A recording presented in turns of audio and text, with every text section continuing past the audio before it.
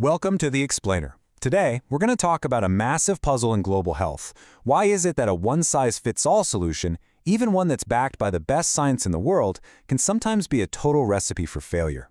We're going to dig into why local context is really the secret ingredient for success. Okay, so first up, let's just try to get our heads around the sheer scale of the challenge we're facing here. We are talking about a problem that hits literally every single country on the planet, and it creates these huge health and economic burdens. Take a look at this number. 12 million.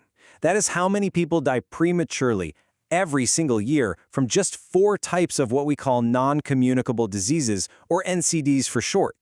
Yeah, we're talking about things like heart disease, diabetes, cancer, and lung conditions like asthma. Now, these aren't just numbers on a page. Each one represents a life cut way too short and a family left behind. It's a massive crisis, and it demands a really effective global response. So, when you're faced with a crisis this big, what do you even do? Well, the global health community got together and developed what honestly seemed like the perfect solution, a toolkit packed with proven strategies to help countries fight back. The World Health Organization, the WHO, created this list, and they called it the best buys. And the idea was pretty brilliant, right? Let's give every country, especially the ones with limited resources, a clear, evidence-based roadmap of the most powerful and affordable actions they can take. And listen, the bar to get on this list was incredibly high. To be called a best buy, an intervention had to show a proven, measurable effect. It had to be insanely cost-effective. We're talking less than $100 for every quality year of life it saved. And, super important, it had to be something you could actually do on the ground. I mean, these were basically the certified gold standard winners. But here's the twist. Even with this amazing, evidence-packed toolkit, the progress in fighting these diseases has been, well, frustratingly slow, especially in the low- and middle-income countries that need it the absolute most. And this is the central mystery that researchers really started to dig into, right? If you have a list of guaranteed home runs, why isn't everybody swinging for the fences? The answer led to this kind of critical realization about how global health actually works. So it turns out a lot of the proof for these best buys came from studies done in high-income countries. And that's the problem. A solution that works perfectly in, say, Germany or Japan can just completely fall flat when you try to copy-paste it into a place with a totally different economy, a different culture, or a different kind of healthcare system. This realization, it really forced a major shift in thinking.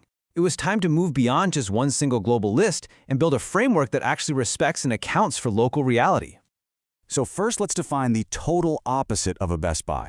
This is what we call a wasted buy. And this is a policy that doesn't just fail to work, it actively sucks up precious resources. We're talking money, time, people, all of it going to something that could have been used for an idea that actually helps.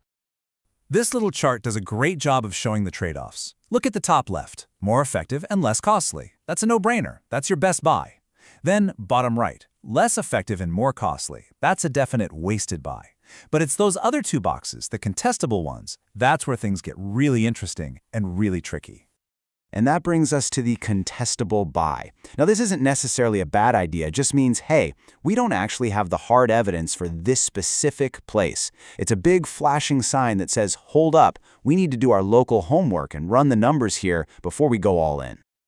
Okay, so let's check out some real-world examples that make this whole concept crystal clear, because this is really where the theory hits the pavement. All right, so take tobacco taxes.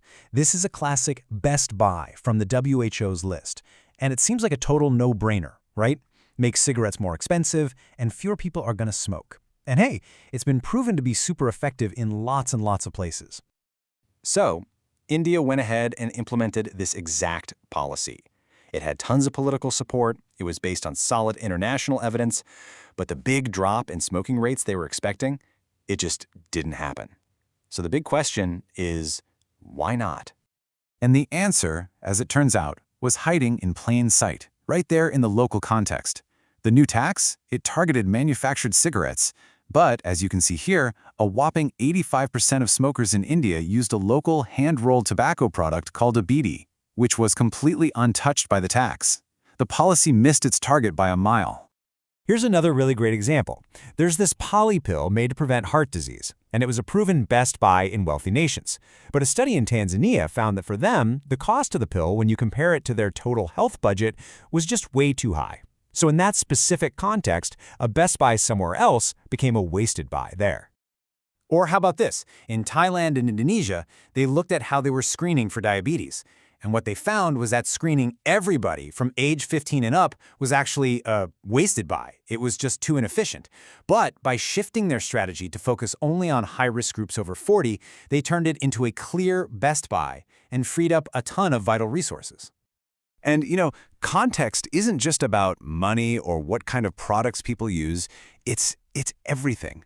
A bike-sharing program to get people moving might seem like a great idea, but what if cultural norms in a place mean that women can't really use them? You have to think about fairness, you have to think about whether government departments can even work together to get something done. All of it matters. So, yeah, this all sounds incredibly complex, right? So how are policymakers on the ground supposed to navigate all of this and make smart, local decisions without just getting completely overwhelmed? Well, the good news is tools are being developed to help. So instead of just blindly copying a global recommendation, a simple checklist, like the SEED tool, helps them do a quick local reality check first. It just forces them to ask these common sense questions before they spend a dime. And this really brings us to the main takeaway of this whole explainer. And it's captured perfectly in this quote. Look, data and spreadsheets and evidence are absolutely crucial, but they're pretty much meaningless if you don't have a deep, real understanding of the local context where you actually plan to use them. And this, at the end of the day, is the key question we have to answer. It's not about throwing out all the amazing global knowledge we have. It's about making it smarter by combining it with local wisdom. Because answering that question, well, that's the only way we're going to turn our big global health goals into actual local successes that change people's lives.